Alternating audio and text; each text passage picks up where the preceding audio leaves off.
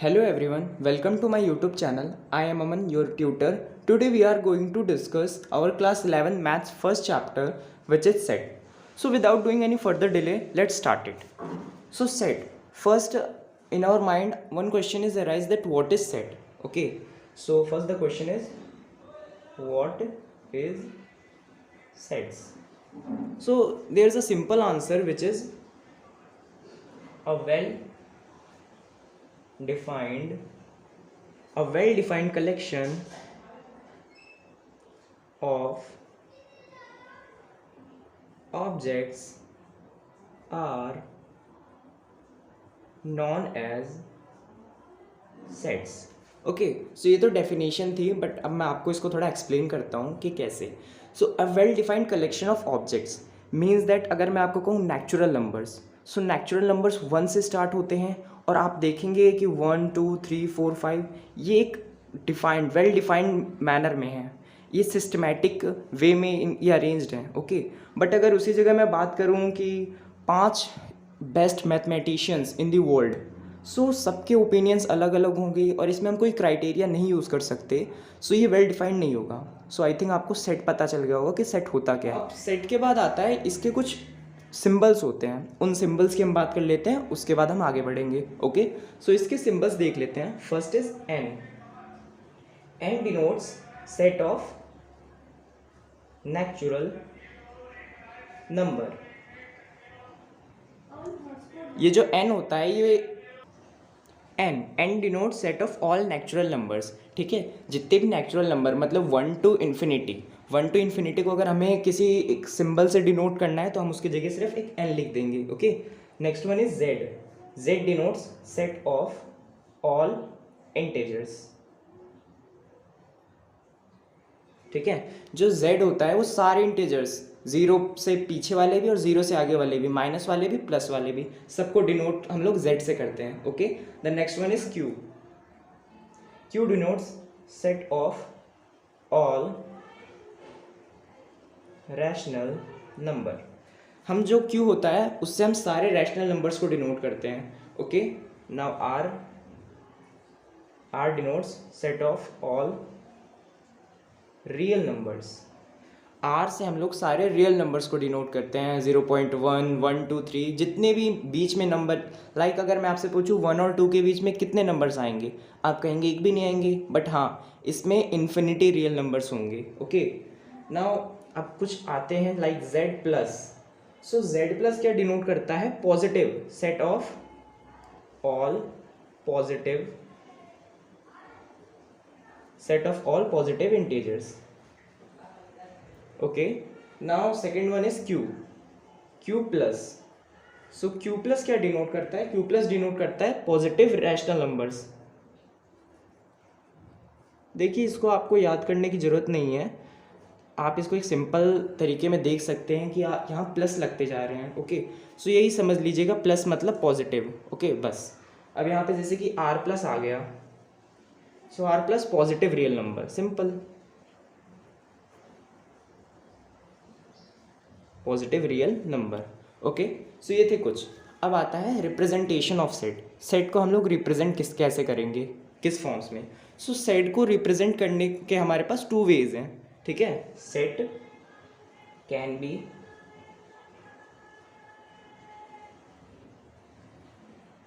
Represented in 2 forms.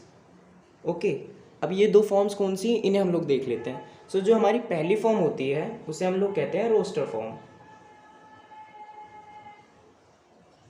जो पहली form होती है उसे हम लोग कहते हैं रोस्टर फॉर्म, और जो दूसरी फॉर्म होती है उसे हम लोग कहते हैं सेट बिल्डर फॉर्म. मुझे पता है आप लोगों के लिए नया होगा, हर बच्चे के लिए नया होता है जब वो क्लास 11 में आता है, बिकॉज सारा सिलेबस चेंज हो जाता है. बट अगर आपको करोगे, मैं आपको लिटरली बताता हूँ, जो सेट चैप्टर है वो बहुत आसान है, आपको बहुत आसानी से समझ में आ जाएगा.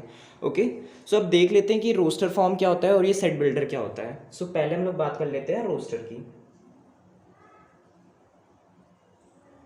देखिए, रोस्टर फॉर्म में हम लोग किसी भी सेट को सिंपली रिप्रेजेंट कर देते हैं ब्रैकेट्स के अंदर.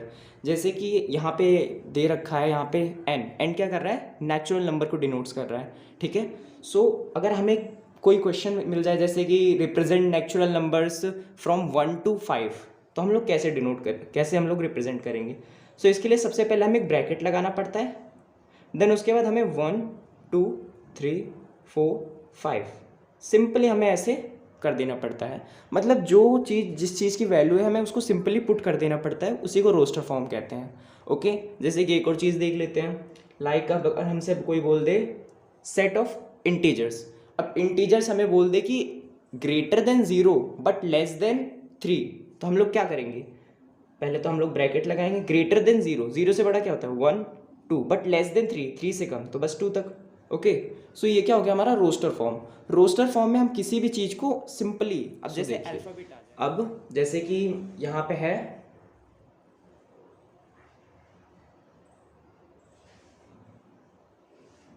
मैथमेटिक्स। ओके, अब मैथमेटिक्स में ये बोले कि अल्फ़ाबेट, इसके अल्फ़ाबेट का सेट बताइए, इसके अल्फ़ाबेट को रोस्टर फॉर्म में प्रेजेंट कीजिए। तो हम क्या करेंगे, हम पहले देखेंगे इसमें कितना। मैं आपको एक चीज़ बताता हूँ कि जितने भी इसमें नंबर्स रिपीट होंगे उसको हम लोग 2 बार नहीं लेंगे, सिर्फ 1 बार लेंगे। ओके, सो हम इसमें ले लेते हैं। सो हम लोग इसको अल्फ़ाबेटिकल ऑर्डर से, मीन्स ABCD से अरेंज करेंगे। ओके, सो फर्स्ट देखिए A आ रहा है, A। ओके, देन उसके बाद B नहीं आ रहा, C आ रहा है, C। D नहीं आ रहा, E आ रहा है, E। F भी नहीं आ रहा, G भी नहीं आ रहा, H आ रहा है, I आ रहा है, J K L M N O P Q R S आ रहा है, M आ रहा है, ठीक है, एंड S आ रहा है, एंड देन T आ रहा है। ठीक है, सो ये हो गया इसका रोस्टर फॉर्म में हमने इसको रिप्रेजेंट कर दिया, इस सेट को हमने रोस्टर फॉर्म में रिप्रेजेंट कर दिया। ओके, चलिए अब आती है सेट बिल्डर की बात। Set builder form. ओके, अब देखिए यही सारे हम एग्जांपल्स ले लेते हैं। जैसे हमारा फर्स्ट एग्जांपल क्या था? फर्स्ट एग्जांपल हमारा था 1 to 5 all natural numbers, 1 to 5 all natural numbers. So इसमें हम लोग लिखते नहीं हैं, इसमें हम लोग एक स्टेटमेंट से उसको रिप्रेजेंट करते हैं। वो स्टेटमेंट क्या होता है, चलिए वो देख लेते हैं। सो इसमें हम कोई भी सेट, सपोज कीजिए सेट A है, so A is equal to bracket open. Okay, then bracket open के बाद हम करेंगे यहाँ पे x रेज टू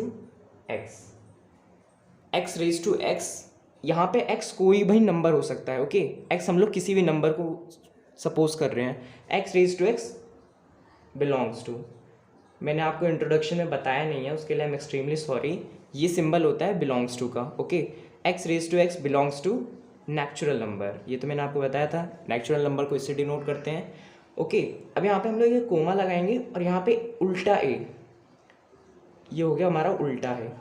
अब ये उल्टा ए डिनोट्स करता है whereas. Okay, so x raise to x belongs to natural number whereas जो x है वो क्या है, 1 से ग्रेटर देन और इक्वल है और 5 से छोटा है। ओके, उसके बाद इसको ब्रैकेट में बंद कर देंगे।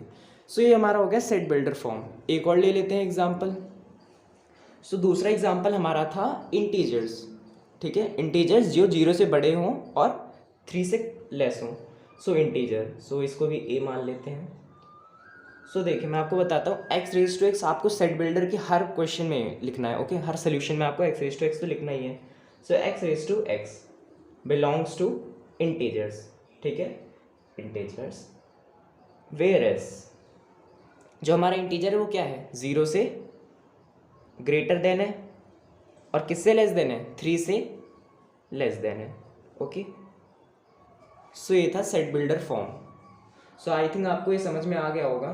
अब आते हैं हम लोग इसके कुछ टाइप्स पे, लाइक इसके टाइप्स भी होते हैं। अब चलिए वो देख लेते हैं। सो जो इसका टाइप का जो फर्स्ट टाइप आता है वो होता है एम्प्टी सेट। ओके, अब मैं यहाँ से 1 से दोबारा से करता हूँ, एम्प्टी सेट। अब एम्प्टी सेट क्या होता है? सो एम्प्टी सेट देखिए वो सेट होता है जिसमें कोई भी वैल्यू नहीं होती, कोई भी एलिमेंट नहीं होता। ओके, चलिए अब हम देखते हैं इसका एक एग्जांपल ले लेते हैं। लाइक सपोज कीजिए मैं आपसे कहूँ कि अ सेट ऑफ मंथ्स, ठीक है, months, a set of months in which a month starts with a letter M। Okay, so M से तो काफ़ी सारे स्टार्ट होते हैं, बट अगर मैं उसी जगह कह दूँ a month start with a letter Z, so Z से कोई मंथ का नेम है नहीं है। देखिए मैं बताता हूँ, जैसे हमने यहाँ पे ब्रैकेट ओपन किया है, x raise to x belongs to months, ठीक है, whereas x denotes z, ठीक है। सो ये क्या हो गया, ये हो गया एम्प्टी सेट, क्योंकि यहाँ पे तो कोई मंथ z से स्टार्ट ही नहीं होता, सो एम्प्टी सेट इसे कहते हैं, ओके।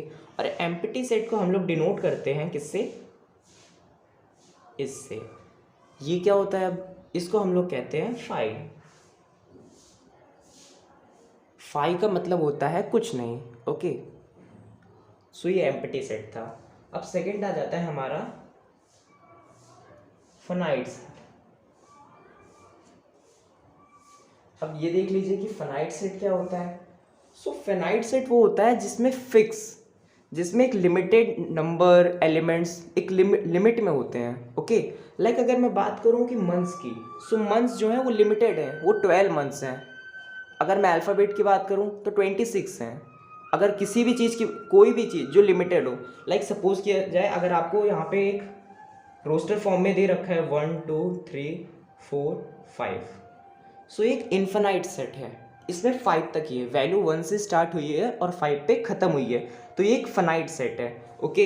लाइक अगर मैं कुछ और भी ले लूँ, जैसे कि एप्पल ले लूँ, सो जो इसमें एप्पल है ये भी एक फाइनाइट सेट है, बिकॉज ये ए से स्टार्ट हुआ और ई पे एंड हुआ है। लेकिन अगर उसी जगह मैं एक और एग्जांपल ले लूँ, लाइक हाँ मैं यहाँ पे ले लूँ 2 4 6 8 डॉट डॉट डॉट डॉट, सो क्या ये फाइनाइट सेट होगा? बिल्कुल नहीं होगा। क्यों नहीं होगा? क्योंकि आप यहाँ नोटिस करेंगे इसकी वैल्यू बढ़ती जा रही है ना, ये डॉट शो करते हैं कि जो वैल्यू है वो काफ़ी आगे तक गई है। सो इसमें हम नहीं बता सकते कहाँ कितने आगे तक गई है, सो ये क्या हो जाएगा, इनफाइनाइट। ये भी देखेंगे हम लोग। सो जो थर्ड, आई थिंक आपको फाइनाइट समझ में आ गया होगा। जो थर्ड वन है वो है हमारा इनफाइनाइट सेट। अब इनफाइनाइट सेट क्या होता है? फाइनाइट का अपोजिट। फाइनाइट में लिमिटेड थे, इनफाइनाइट में अनलिमिटेड हो जाएंगे, ठीक है। जैसे कि यहाँ पे दे रखा है 1 2 3 4 डॉट डॉट डॉट, सो ये क्या हो जाएगा, ये हो गया हमारा इनफाइनाइट। इसमें हमें पता नहीं है कि कितनी तक वैल्यू जाएगी, ओके। एक और एग्जांपल, ये तो हम सारे रोस्टर में डाल रहे हैं। अब चलिए हम सेट बिल्डर के भी एग्जांपल ले लेते हैं। लाइक सेट बिल्डर का हम ले लें x raise to x a is equal to x raise to x belongs to natural number. क्या ये फाइनाइट सेट है?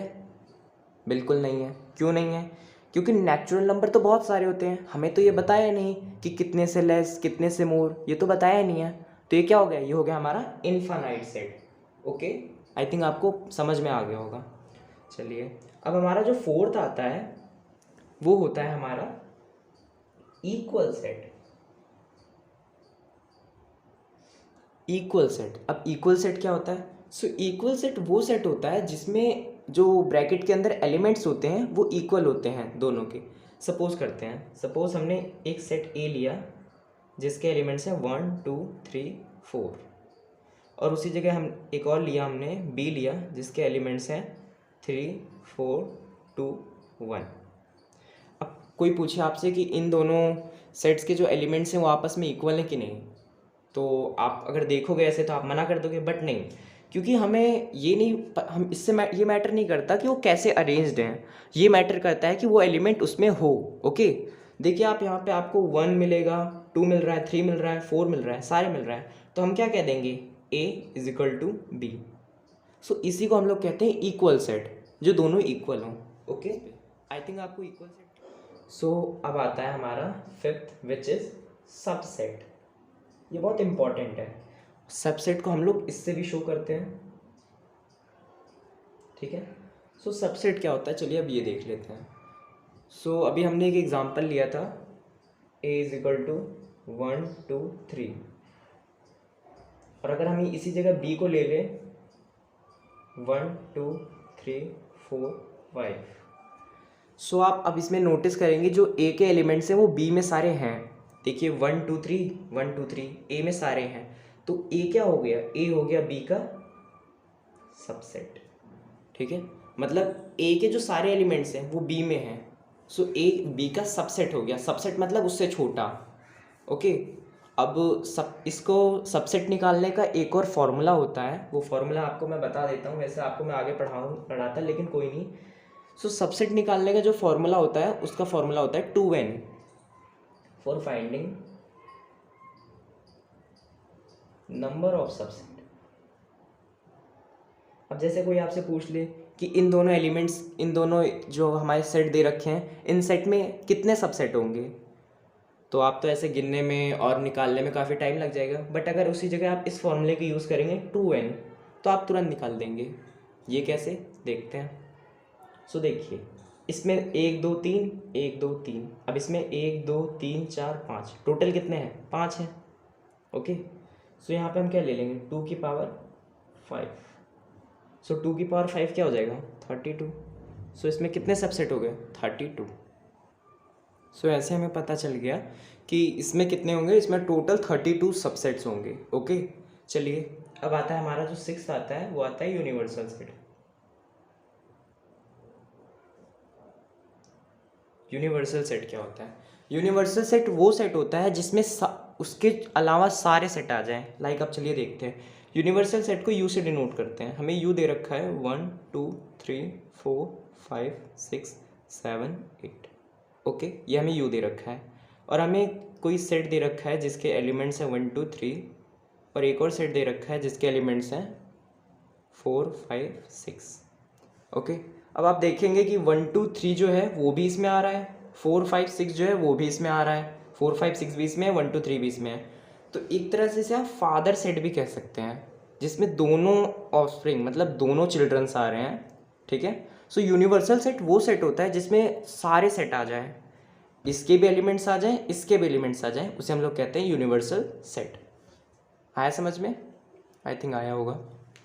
चलिए 7th में, सो देखिए अब 7th आता है, थोड़ा यहाँ से चेंज हो जाता है और थोड़ा हमारा टॉप लेवल आ जाता है। अब आता है union of set. Union of set क्या होता है वो देख लेते हैं। गाइज मैं सोच रहा हूँ कि मैं आपको सिर्फ यूनियन ऑफ सेट तक ही बताऊँ, बिकॉज वीडियो काफ़ी ज़्यादा बड़ा हो रहा है ना। यूनियन ऑफ सेट को हम लोग डिनोट करते हैं यू से। ओके, दो किसी भी दो सेट के बीच में अगर हम यू लगा देते हैं तो ए यूनियन बी, हम लोग इसे पढ़ते हैं ए यूनियन बी। ओके, अब चलिए इन्हीं का एग्जांपल ले लेते हैं। सपोज कीजिए ए हमारा दे रखा है 1 2 3, और हमें बी दे रखा है 4 5 6। अब हमें कहा गया कि ए यूनियन बी निकालो। सो ए यूनियन बी का मतलब होता है ए के एलिमेंट्स और बी के एलिमेंट्स दोनों को लिख देना। सो हम ए यूनियन बी ऐसे निकालते हैं 1 2 3 4 5 6। ठीक है, ये हमारा क्या होगा, ये हो गया हमारा A union B. Simply in दोनों के एलिमेंट्स को लिख देना, बट पहले जो होगा, पहले ए है तो हम ए के लिखेंगे, देन उसके बाद हम बी के लिखेंगे। ओके, यहीं तक बना रहा हूँ वीडियो बिकॉज वीडियो काफ़ी लेंदी हो गया है, और जो बच्चा पढ़ रहा होगा उसे भी मज़ा नहीं आता काफ़ी लेट वीडियो पढ़ने में। हाँ, मैं सोच रहा था कि 1 शॉट बना दूँ, बट नहीं, वीडियो काफ़ी बड़ा, ऊपर से अपलोड करने में भी एडिटिंग एंड ऑल। सो ठीक है, सो यहीं तक आज यहीं तक रखते हैं। उसके बाद नेक्स्ट वीडियो में मैं इसके आगे के टॉपिक्स पढ़ा दूंगा। आई थिंक आपको वीडियो अच्छा लगा हो तो चैनल को सब्सक्राइब कीजिए, बेल आइकन को प्रेस कीजिए। Thank you for watching.